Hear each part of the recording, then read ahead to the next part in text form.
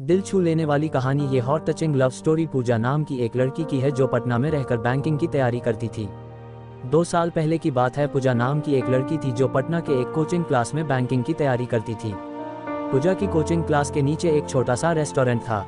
पूजा और उसकी फ्रेंड्स अक्सर क्लास के बाद उस रेस्टोरेंट में चाट या छोले भटूरे खाने के लिए जाया करती थी, क्योंकि उस रेस्टोरेंट के चाट और छोले भटूरे काफ़ी फेमस थे। एक दिन पूजा का बर्थडे था तो पूजा के फ्रेंड्स ने एक प्लान बनाया कि क्लास खत्म होने के बाद हम लोग नीचे के रेस्टोरेंट में पूजा का बर्थडे सेलिब्रेट करेंगे।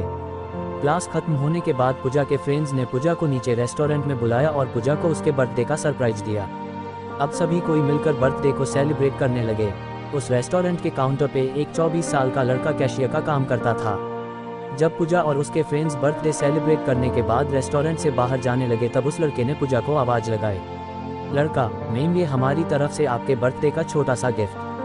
पूजा, थैंक यू। रात को जब पूजा ने उस लड़के के द्वारा दिए गए गिफ्ट को खोला तो देखा कि अंदर एक छोटी सी प्रिंसेस थी जो कि एक पेड़ के नीचे बैठी थी और उस गिफ्ट के अंदर एक लेटर भी था। पूजा ने उस लेटर पढ़ा।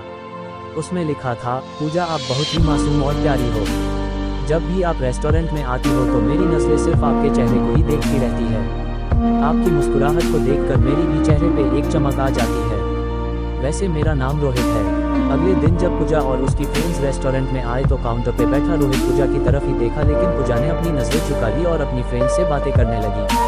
अब जब भी पूजा रेस्टोरेंट आती तो रोहित की तरफ एक झलक देखती और फिर उसे इग्नोर करने लगती और इसी तरह कुछ बीत गए।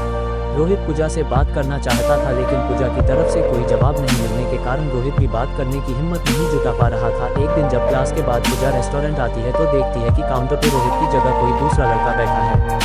पूजा सोचती है कि शायद रोहित का तबीयत खराब होगा इसलिए वह आज काम पे नहीं आया, लेकिन देखते ही देखते एक सप्ताह बीत जाता है। अब पूजा थोड़ी परेशान होने लगती है और काउंटर पे जाके पूछती है कि जो रोहित नाम का लड़का यहाँ पे काम करता था वो अभी कहाँ है, उसने काम छोड़ दिया क्या? काउंटर पे बैठा लड़का पूजा को कहता है कि नहीं, रोहित भैया ने काम नहीं छोड़ा, मालिक ने उन्हें मार्केट वाले रेस्टोरेंट पे भेज दिया है। अगले दिन पूजा उस मार्केट वाले रेस्टोरेंट पे जाती है तो रोहित को देखकर उसके चेहरे पे एक मुस्कान दिखने लगती है। रोहित पूजा को देखकर तुरंत काउंटर से बाहर आता है और कहता, मैम आप यहाँ पे और आपके फ्रेंड्स नहीं आए?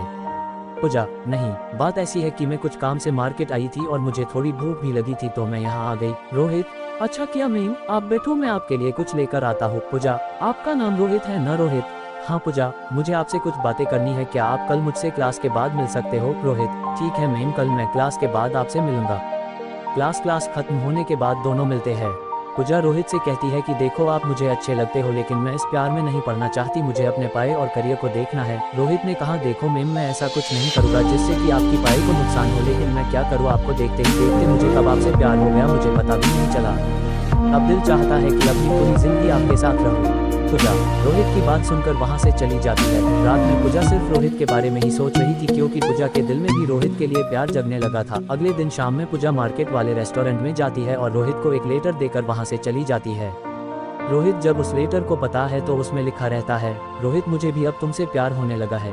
ये पढ़कर रोहित के खुशी का ठिकाना नहीं रहता, वह उस लेटर को चूमता है और अपनी जेब में रख लेता है। तो इस तरह से पूजा और रोहित की प्यार की शुरुआत होती है। अगर वीडियो पसंद आया हो तो लाइक करो और चैनल को सब्सक्राइब करो।